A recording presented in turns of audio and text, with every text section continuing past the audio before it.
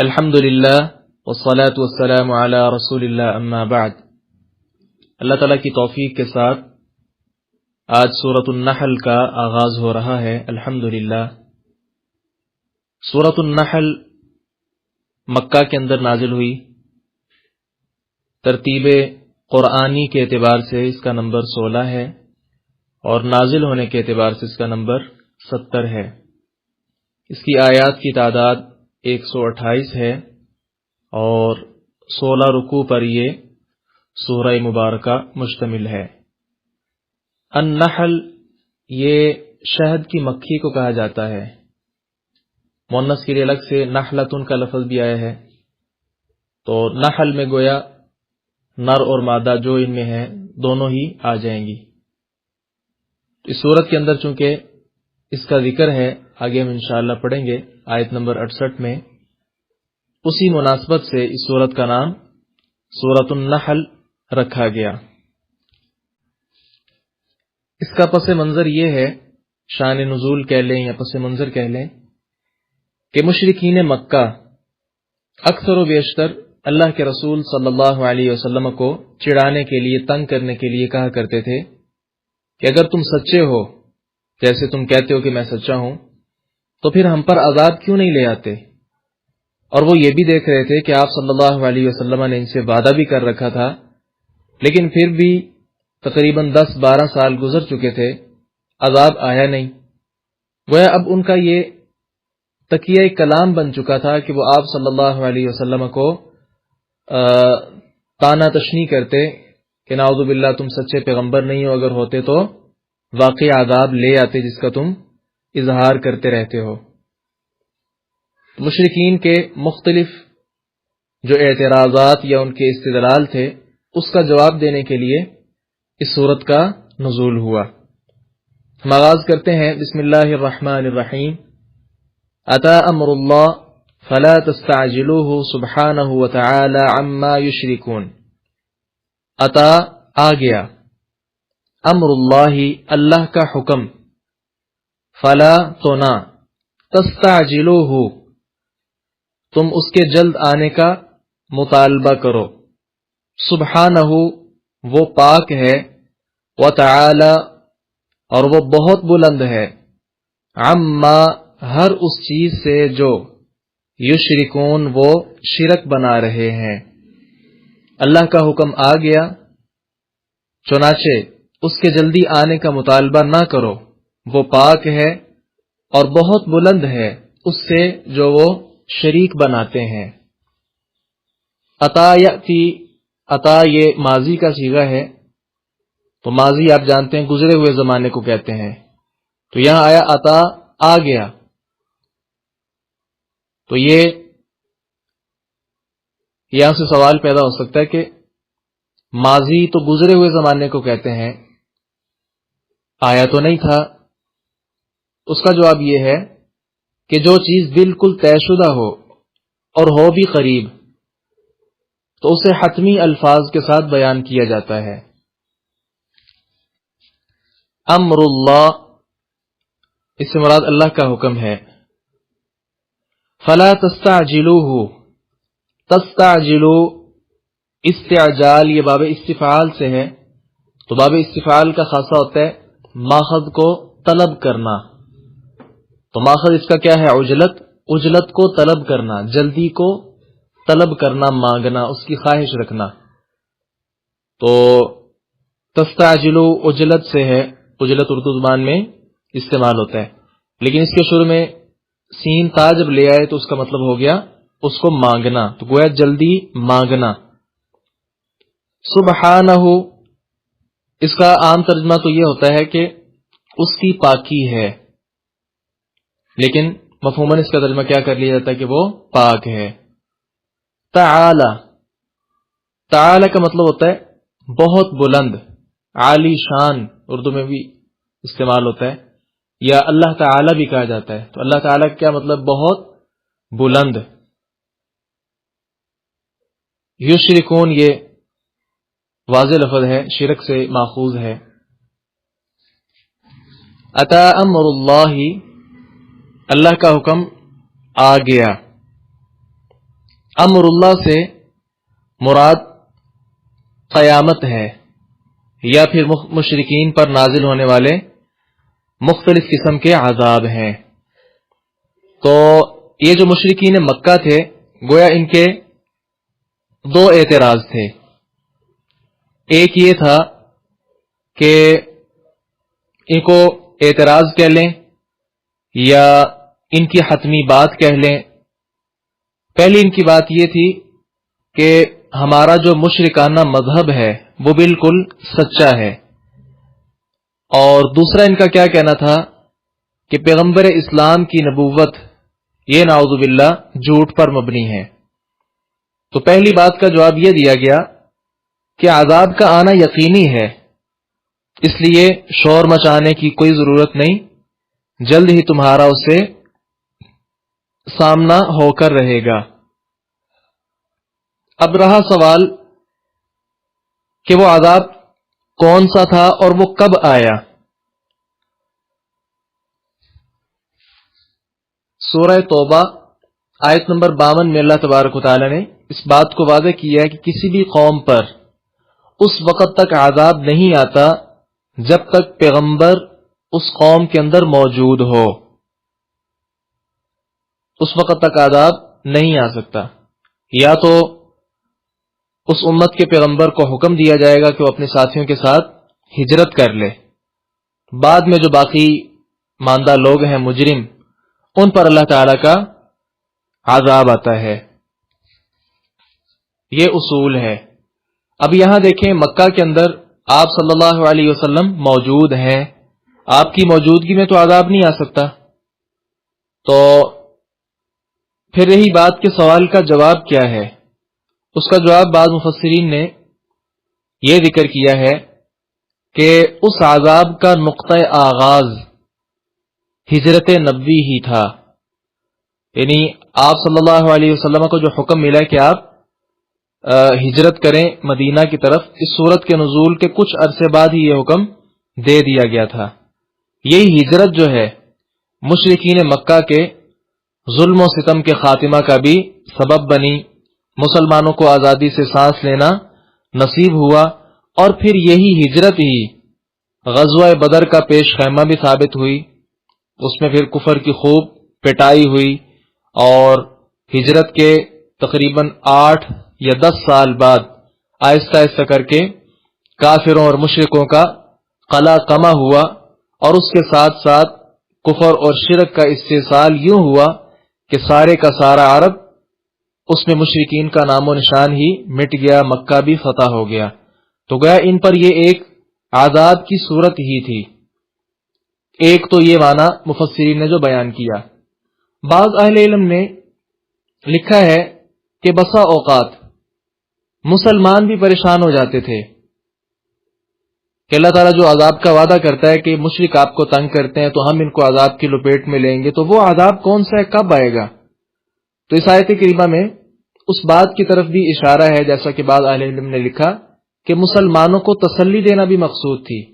سورۃ البقرہ آیت نمبر 214 میں بھی اس طرح کی ایک آیت موجود ہے، حتی یقول الرسول والذین آمنوا معه متی نصر اللہ الا ان نصر اللہ قریب، یہاں تک کہ وہ رسول اور جو لوگ اس کے ساتھ ایمان لائے تھے کہہ اٹھے اللہ کی مدد کب ہوگی، الا سن لو ان نصر اللہ قریب، یقیناً اللہ کی مدد قریب ہے۔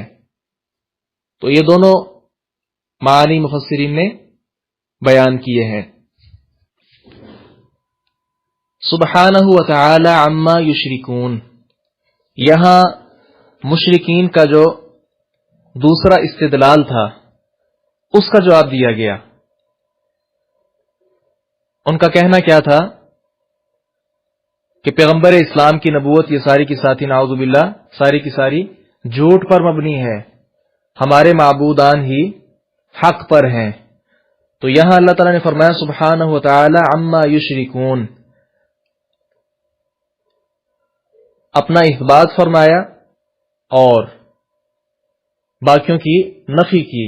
تو یہاں سے یہ سمجھ آتا ہے کہ جب ہجرت کا معاملہ پیش آیا اور اس کے بعد وہی ہجرت جنگ بدر کا خیمہ پیش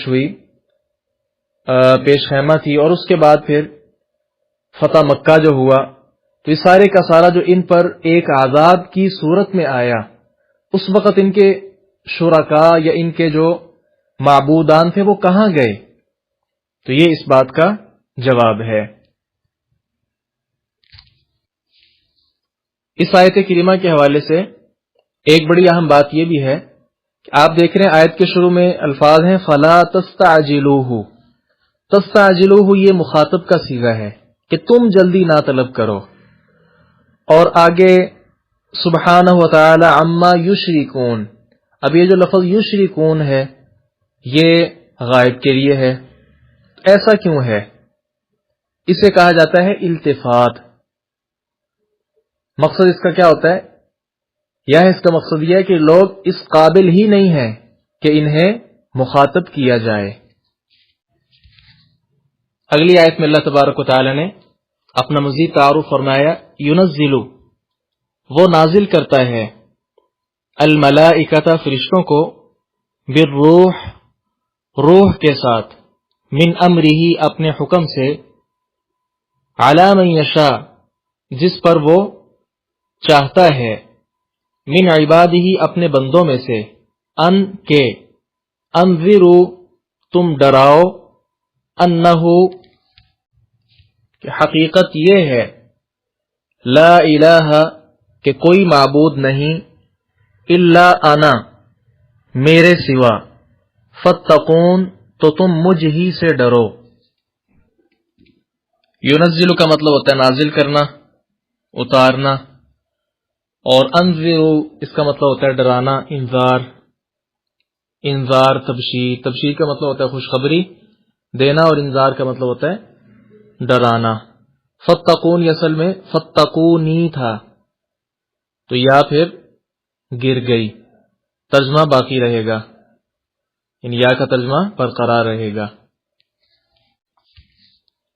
ينزل الملائکۃ بالروح من امری، الملائکہ یہ ملکن کی جمع ہے، ملکن ایک فرشتے کو کہتے ہیں، اور الملائکہ زیادہ فرشتوں پر بولا جاتا ہے۔ تو یہاں آپ دیکھیں کہ الملائکہ جمع کا صیغہ اللہ تبارک و تعالی نے استعمال کیا ہے، لیکن مراد اس سے سیدنا جبریل علیہ السلام ہے۔ اب جبریل علیہ السلام ہیں ایک، لیکن صیغہ ان کے لیے جمع کا بولا گیا ہے۔ اس کا جواب یہ ہے کہ کسی بڑی شخصیت کے لیے جمع کا صیغہ بھی بولا جاتا ہے، جیسا کہ محاورتاً عرب میں سردار، رئیس یا لیڈر کوئی بھی ہو، اس کے لیے جمع کا صیغہ بولا جاتا ہے۔ قرآن مجید میں اس کی اور بھی کئی مثالیں موجود ہیں۔ عبداللہ بن عباس رضی اللہ عنہما کا بھی یہی قول ہے کہ اس سے مراد جناب جبریل علیہ السلام ہے۔ آگے جو ہے کہ بالروح من امری، بالروح، یہ جو ہے نا لفظ روح قرآن مجید میں 3 معنی کے لیے استعمال ہوا ہے۔ پہلا اس کا معنی کیا ہے؟ وہ لطیف جوہر جو جاندار میں موجود ہوتا ہے، جس وجہ سے وہ جاندار کے اعضاء، جوارح حرکت میں رہتے ہیں۔ جب یہ روح نکل جاتی ہے تو جاندار بے جان ہو جاتا ہے، مر جاتا ہے۔ تو اس روح کے جو معانی ہے اس پر انسان احاطہ کرنا اس کی دسترس سے باہر ہے، جیسا کہ قرآن مجید میں ہے یسألونک عن الروح قل الروح من امر ربی، اے اللہ کے رسول صلی اللہ علیہ وسلم یہ آپ سے روح کے متعلق سوال کرتے ہیں، تو آپ کہہ دیجئے کہ روح کا معاملہ میرے رب کا معاملہ ہے۔ یہ تو ہے ایک معنی۔ دوسرا معنی کیا ہے کہ فرشتے کے لیے لفظ استعمال ہوتا ہے، جیسا کہ قرآن مجید میں فَأَرْسَلْنَا إِلَيْهَا رُوحَنَا فَتَمَثَّلَ لَهَا بَشَرًا سَوِيًّا، تو ہم نے اس کی طرف سیدہ مریم علیہ السلام کی طرف روحنا، اپنی روح کو بھیجا، فَتَمَثَّلَ لَهَا بَشَرًا سَوِيًّا، تو ایک تندرست انسان کی شکل میں تبدیل ہو گیا۔ تو یہاں روحنا سے مراد کیا ہے؟ فرشتہ. تو دو معنی ہو گئے، لیکن اس میں ایک اضافی بات یہ ہے، اکیلا لفظ روح بولا جائے تو اس سے مراد کوئی بھی فرشتہ ہو سکتا ہے، لیکن اگر روح القدس یا روح الامین کا لفظ بولا جائے تو اس سے مراد یقینی طور پر سیدنا جبریل علیہ الصلاۃ والسلام ہوں گے. یہ تو ہیں دو معنی. تیسرا معنی روح کا قرآن مجید میں کیا ہے؟ وہ پیغام جو فرشتہ اللہ تعالی کی طرف سے لے کر آئے، اس سے مراد وحی بھی ہو سکتی ہے اور پورے کا پورا قرآن مجید بھی ہو سکتا ہے، جیسا کہ فرمایا وَكَذَلِكَ أَوْحَيْنَا إِلَيْكَ رُوحًا مِّنْ أَمْرِنَا، سورۃ الشورى آیت نمبر 52 میں. اور اسی طرح ہم نے آپ کی طرف اپنے حکم سے ایک روح کی وحی کی. یہ ہے قرآن مجید میں روح کے 3 معانی. اب آتے ہیں کہ یہاں يُنَزِّلُ الْمَلَائِكَةَ بِالرُّوحِ مِنْ أَمْرِهِ عَلَى مَنْ يَشَاءُ، اس روح سے مراد کیا ہے؟ ہاں، اس روح سے مراد وحی ہے. اب رہی بات کہ اس کی وجہ کیا ہے؟ اس کی وجہ یہ ہے کہ جس طرح جسمانی زندگی کے لیے روح کی ضرورت ہوتی ہے کہ اگر روح نہ رہے تو زندگی ختم ہو جاتی ہے، اسی طرح اچھی زندگی یا اچھا نظام حیات بنانے کے لیے وحی الہی کی بھی بہت زیادہ ضرورت ہوتی ہے. اگر ایسا نہ ہو تو یہ سارے کا سارے نظام کا شیرازہ بکھر جائے اور سارے کا سارا نظام فاسد ہو جائے. من امرہ کا مطلب یہ ہے کہ اللہ تعالی کے حکم سے، یعنی جو فرشتہ بھی پیغام لے کر آتا ہے تو فرشتہ جب اترتا ہے تو اپنی طرف سے نہیں بلکہ اللہ تعالی کی طرف سے جو حکم ہوتا ہے اسے لے کر زمین کے اوپر اترتا ہے. علی من یشاء من عبادی، اس جملے میں مشرکین مکہ کے جو 2 اعتراضات تھے، ایک وہی اعتراض کہ اگر یہ نبی سچا ہے تو ہم پر عذاب کیوں نہیں آ جاتا، تو اس سے مراد ان کی نبی علیہ الصلوۃ والسلام کی تکذیب کرنا تھی. اس کا جواب تو ہو گیا. دوسرا ان کا اعتراض کیا تھا کہ اگر اللہ نے کسی کو نبی بنانا تھا تو کیا مکہ اور طائف کے سردار مارے گئے تھے؟ ان پر وحی کیوں نہیں آئی؟ اس کا جواب اللہ تعالیٰ یہ دے رہے ہیں علی من یشاء من عبادی کہ اللہ تعالیٰ آزاد ہے، اسے کسی کے ساتھ مشورہ کرنے کی کوئی ضرورت نہیں ہے. اللہ تعالیٰ خود بہتر سمجھتا ہے کہ نبوت کا مستحق کون ہے، کس کے اندر وہ صفات موجود ہیں جو ایک پیغمبر میں ہونی چاہیے. اللہ یصطفی من الملائکۃ رسلا ومن الناس، سورۃ الحج آیت نمبر 75 میں فرمایا اللہ تعالی فرشتوں میں سے پیغام پہنچانے والے چنتا ہے اور لوگوں سے بھی. اس طرح سورۃ الانعام آیت نمبر 124 میں فرمایا اللہ اعلم حیث یجعل رسالتہ، اللہ زیادہ جاننے والا ہے جہاں وہ اپنی رسالت رکھتا ہے. یہاں سے یہ بھی معلوم ہو گیا کہ یہ اللہ تعالی کی طرف سے ہے، وہی اپنی ریاضت یا چلہ کشی سے حاصل ہونے والی چیز نہیں ہے، جیسا کہ قادیانی، دجال اور بعض گمراہ لوگوں کا باطل نظریہ ہے. ان انذروا انہ لا الہ الا انا فاتقون، آیت کریمہ کے اس ٹکڑے میں فرشتوں کو وحی دے کر اپنے تمام رسولوں کی طرف بھیجنے کا جو مقصد ہے وہ اللہ تعالیٰ نے بیان فرما دیا کہ وہ کیا ہے. وہ مقصد اللہ تعالیٰ کی توحید ہے اور اس کے ساتھ کسی قسم کے بھی شرک سے بچنے کا ذکر ہے، جیسا کہ معروف آیت سورۃ الانبیاء آیت نمبر 25 وما ارسلنا من قبلک من رسول الا نوحی الیہ انہ لا الہ الا انا فاعبدون، اور ہم نے آپ سے پہلے کوئی رسول نہیں بھیجا مگر اس کی طرف یہ وحی کرتے تھے کہ حقیقت یہ ہے میرے سوا کوئی معبود نہیں، لہذا میری ہی عبادت کرو. توحید کے ذکر کے بعد اب اس کی دلیل بھی دی جا رہی ہے. خلق السماوات والارض بالحق، خلق اس نے پیدا کیا، السماوات آسمانوں کو، والارض اور زمین کو بالحق حق کے ساتھ تعالی بہت بلند ہے عما ہر اس چیز سے جو یشرکون وہ شریک بنا رہے ہیں. خلق السماوات والارض، یہاں سے اللہ تعالیٰ نے اپنی توحید اور قدرت کے بہت سے دلائل نہایت عمدہ اور بڑی شائستگی کے ساتھ انوکھے انداز کے ساتھ شروع فرمائے ہیں. کیا فرمایا کہ اس کا کوئی شریک نہیں ہو سکتا. کیوں؟ اس لیے کہ وہ خالق ہے اور زمین و آسمان کی ہر ہستی اور ہر چیز مخلوق ہے جسے اللہ تعالیٰ نے حق کے ساتھ پیدا کیا ہے. تو پھر خالق اور مخلوق برابر کیسے ہو سکتے ہیں؟ ساتھ ہی جو فرمایا کہ بالحق حق کے ساتھ، تو باطل کے مقابلے میں حق کا لفظ آتا ہے. تو یہاں یہ بات بھی واضح ہوئی کہ باقی سارے کے سارے جو دعوے ہیں وہ باطل قسم کے ہیں.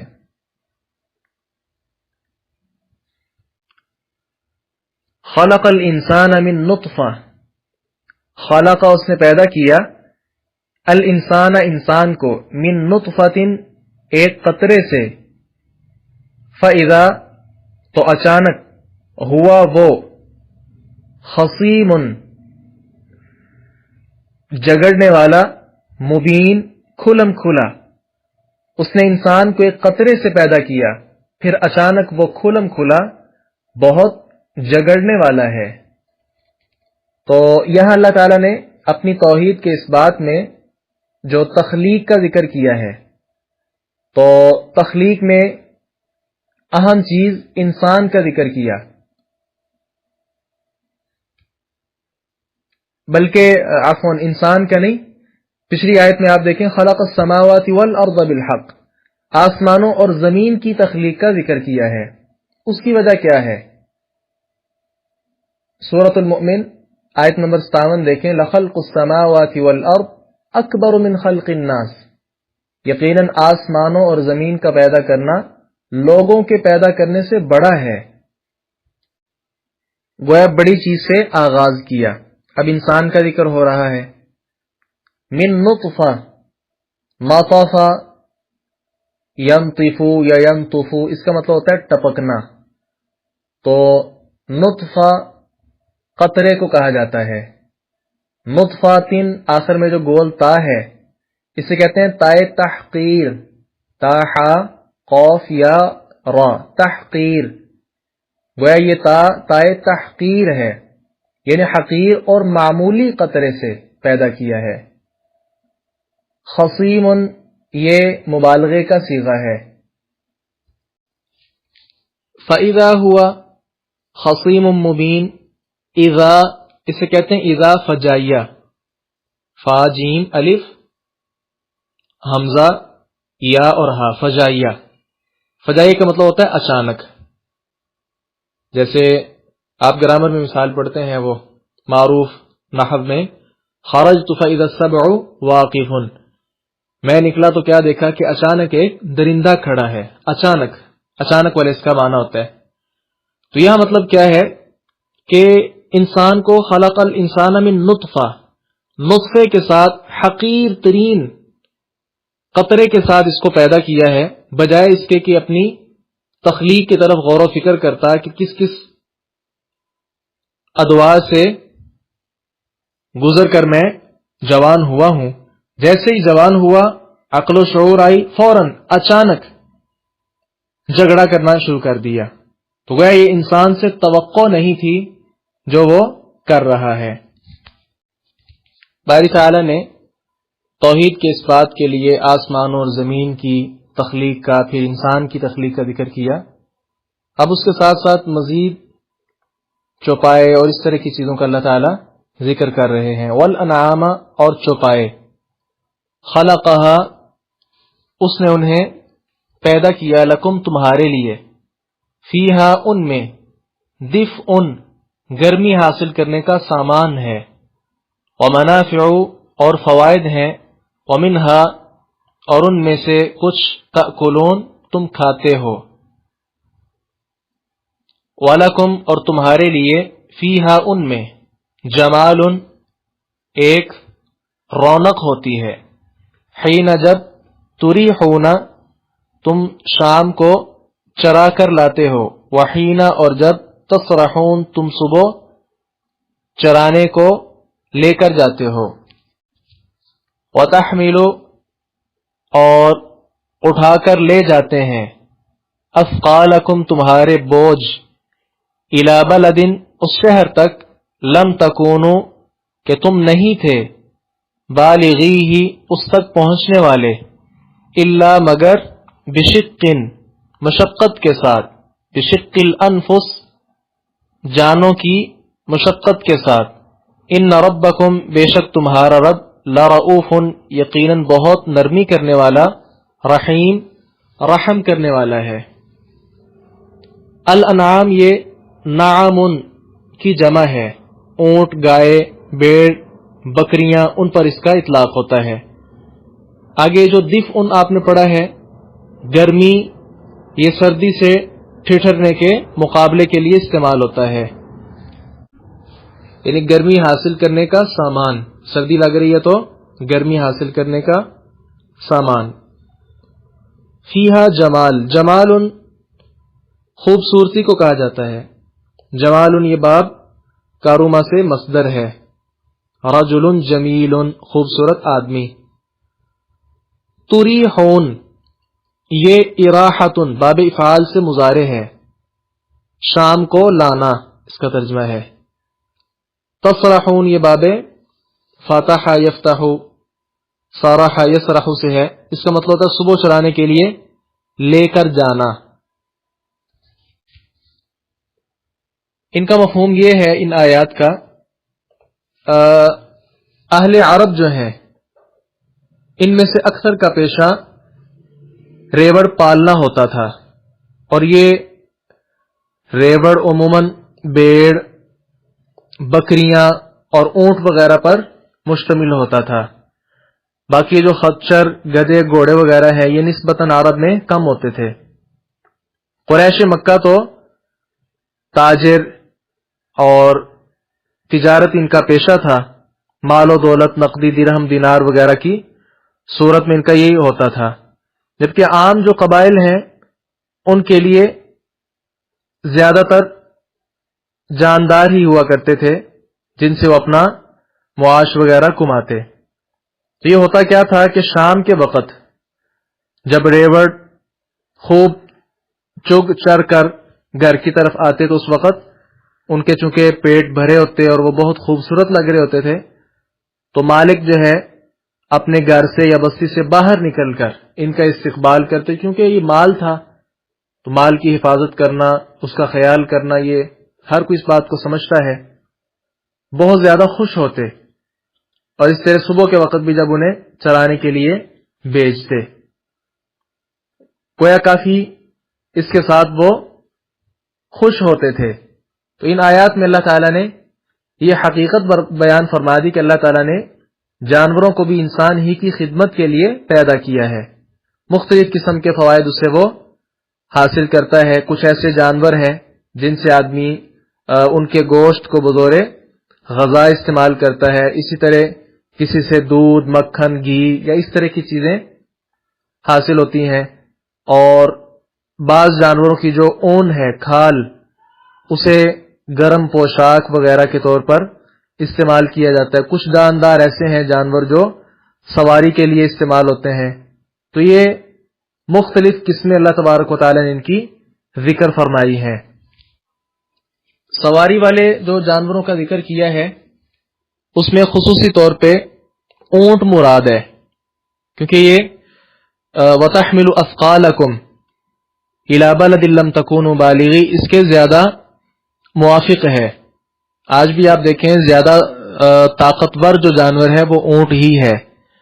عام اگر اس دور میں گدھا ہے یا خچر ہے، ایک یا دو بوریاں یا اتنا مخصوص پانی جو ہے اٹھا لیتا ہے، تو اونٹ ان کے مقابلے میں تقریباً 4 بوریاں بڑی آسانی کے ساتھ اٹھا لیتا ہے۔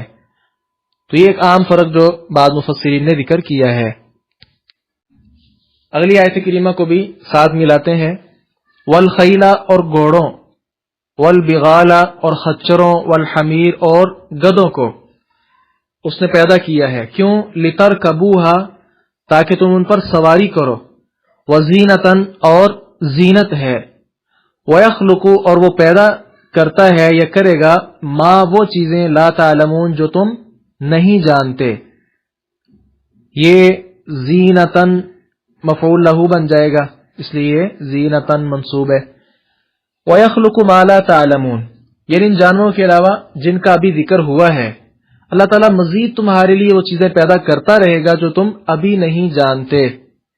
اس میں کئی چیزیں آ جاتی ہیں، بے شمار حیوانات شامل ہیں جو اللہ تعالیٰ نے نئے سے نئے پیدا کیے، کبھی مختلف نسلوں کے میلاب سے، کبھی اثر نو صحراؤں، جنگلوں، سمندروں اور انسانوں کی تجربہ گاہوں، اور قیامت تک ایجاد ہونے والی مختلف قسم کی سواریاں اور مشینیں بھی اس کے اندر شامل ہیں. اب یہاں سوال پیدا ہوا کہ جو گاڑیاں ہیں، ہوائی جہاز ہیں، انجنوں سے چلنے والے بحری جہاز یا دیگر اس طرح کی چیزیں، ان کا اللہ تعالیٰ نے اس وقت یعنی آیت کریمہ کے اندر ذکر ہی کیوں نہیں کر دیا؟ اس کے کئی جواب ہیں. ایک تو یہ کہ تفصیل نہیں ہے قرآن میں، اجمال ہے، الفاظ مختصر ہے، مفہوم بہت وسیع ہے. اگر ایک ایک چیز کا ذکر کر دیا جاتا تو یہ اسی میں بہت زیادہ کتاب کا، قرآن مجید کا حجم بڑھ جاتا. تو یہ ایک چیز مناسب نہیں ہے، خیر الکلام ما قل و دل.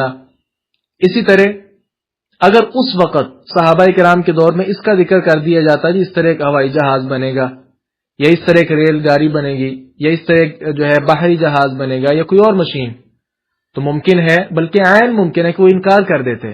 کیوں؟ عربی کا قاعدہ ہے الناس اعداء لما جاہلوا، لوگ جس بات سے نا واقف ہوتے ہیں وہ اس کے مخالف ہی ہوا کرتے ہیں.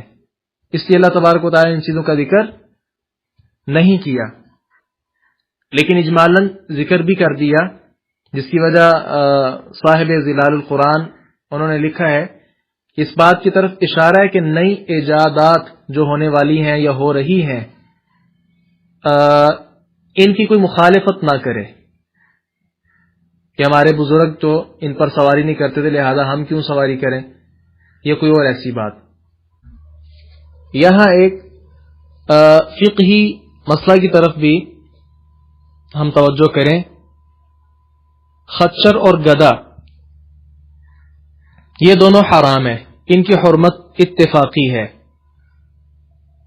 گھوڑا حلال ہے یا نہیں اس کے متعلق اختلاف کیا گیا ہے، اختلاف ہے نہیں کیا گیا ہے اسی آیت کریمہ سے، کہ یہاں تو ذکر ہوا ہے سواری میں، تو گویا گھوڑا بھی سواری کے لیے ہی استعمال کیا جائے، کھانے پینے کے لیے اس کا استعمال نہیں ہو سکتا. یہ بات درست نہیں ہے. رسول اللہ صلی اللہ علیہ وسلم نے گدھے کے گوشت کھانے سے منع فرما دیا تھا خیبر کے موقع پر. رہی بات خچر کی، تو خچر چونکہ یہ دو جانوروں کے میلاب سے پیدا ہونے والا ایک نیا جانور ہے، اس کا باپ یہ گدھا ہوتا ہے، گدھا ہو اس کا بیٹا ہو یہ سارا حرام ہی ہے. رہی بات گھوڑے کی، تو اس کی آپ صلی اللہ علیہ وسلم نے اجازت دی ہے. میں نمبر بتا دیتا ہوں، تفصیل آپ وہاں دیکھ لیجئے. صحیح بخاری حدیث نمبر ہے 5510. اسی طرح صحیح مسلم میں دیکھنا چاہیں تو 1942 نمبر پر، ترمذی میں کوئی دیکھنا چاہیں تو 1793 نمبر پر، نسائی کسی کے پاس ہے اس میں دیکھ لے 4333 نمبر پر یہ حدیث آپ کو مل جائے گی کہ آپ صلی اللہ علیہ وسلم نے گھوڑے کا گوشت اس کو حلال قرار دیا ہے. دیکھیں انسانی طبائع، پہلے بھی اس بات کا کئی مرتبہ میں ذکر کر چکا ہوں، انسانی طبائع اور کسی چیز کی حلت و حرمت یہ الگ الگ چیزیں ہیں. انسان کی طبیعت چاہتی ہے یا نہیں چاہتی، اس کا یہ مطلب نہیں ہے کہ انسان کی طبع نہیں چاہ رہی تو وہ چیز حرام ہو جائے گی. بھئی آپ کا دل نہیں کرتا گھوڑے کا گوشت کھانے کو تو آپ نہ کھائیں، لیکن ایک واضح حلال چیز کو حرام نہ کہیں.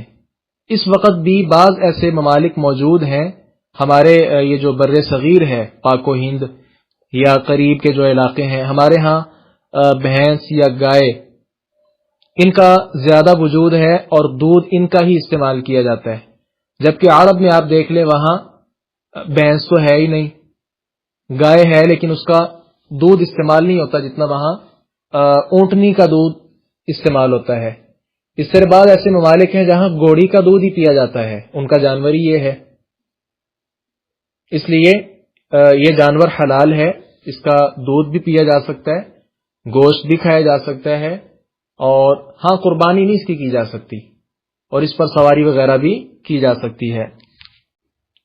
اللہ تعالیٰ نے یہ انسانی ضروریات کا ذکر فرما کر آگے جو اصل مقصد ہے اس کا ذکر فرمایا، وعلی اللہ، اور اللہ پر، قصد السبیل، سیدھا راستہ ہے، ومنہا، اور ان میں سے جائر، کوئی ٹیڑھا راستہ بھی ہے، ولو، اور اگر شاء، وہ چاہتا، لہداکم، تو تمہیں ضرور ہدایت دے دیتا، اجمعین، سب کے سب کو۔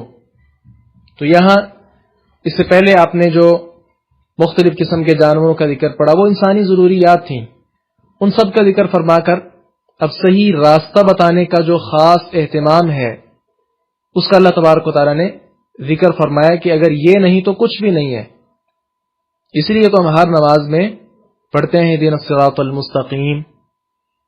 قصد جو ہے اس کا مطلب ہوتا ہے سیدھا ہونا، اور السبیل کا مطلب ہے رستہ، تو قصد السبیل کا مطلب ہو گیا ایسا سیدھا رستہ جس میں کوئی بھی کجی نہ ہو، اسے سبیل قصد یا سبیل قاصد بھی کہا جاتا ہے۔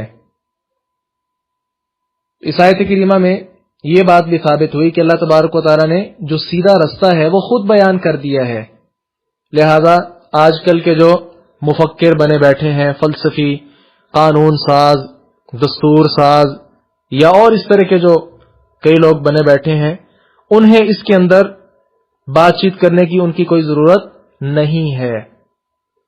وَمِنْهَا جائر، جائر جو ہے یہ جارا عن الطریق سے ہے، جارا عن الطریق کا مطلب ہے کہ راستے سے ہٹ گیا، تو جائر اس سے اسم فاعل ہے، مطلب کیا ہے کہ وہ تمام راستے جو اللہ کی طرف سے نہیں ہیں، یعنی نہ قرآن سے ثابت ہیں، نہ حدیث سے ثابت ہیں، نہ ہی وہ صراط مستقیم ہیں، تو انہیں اختیار کرنے والے کیا ہیں؟ گمراہ ہیں۔ آگے فرمایا وَلَوْ شَاءَ لَهَدَاكُمْ أَجْمَعِينَ، چاہتا تو اللہ تعالیٰ ہر ایک کو ہدایت دے دیتا۔ تو اس سے یہ بات ثابت ہوئی کہ اللہ تبارک و تعالیٰ نے جو ایک خاص مقصد آزمائش ہے، لِيَبْلُوَكُمْ أَيُّكُمْ أَحْسَنُ عَمَلًا، وہ مقصد فوت ہو جاتا ہے، لہذا اللہ تبارک و تعالیٰ نے ہر ایک کو ہدایت دینے والا جو ذمہ ہے وہ اپنے ذمہ نہیں لیا، بلکہ ساری چیزیں بیان کر کے انسان کی عقل، اس کے فہم، اس کی شعور پر رکھا ہے کہ انسان کس طرح اللہ تبارک و تعالیٰ کی نعمتوں کا ادراک کرتا ہے اور کس طرح میری طرف رجوع کرتا ہے۔ اور اس کو بھی شتر بے مہار نہیں چھوڑ دیا، بلکہ ساتھ ساتھ اللہ تبارک و تعالیٰ نے جزا اور سزا کا بھی بتا دیا ہے کہ جو سیدھے رستے پر چلے گا اس کے لیے بہترین بدلہ ہے، اور اس کے علاوہ جو دیگر رستے ہیں ان کی طرف چلنے والا عذاب اور عقاب کا مستحق ہوگا۔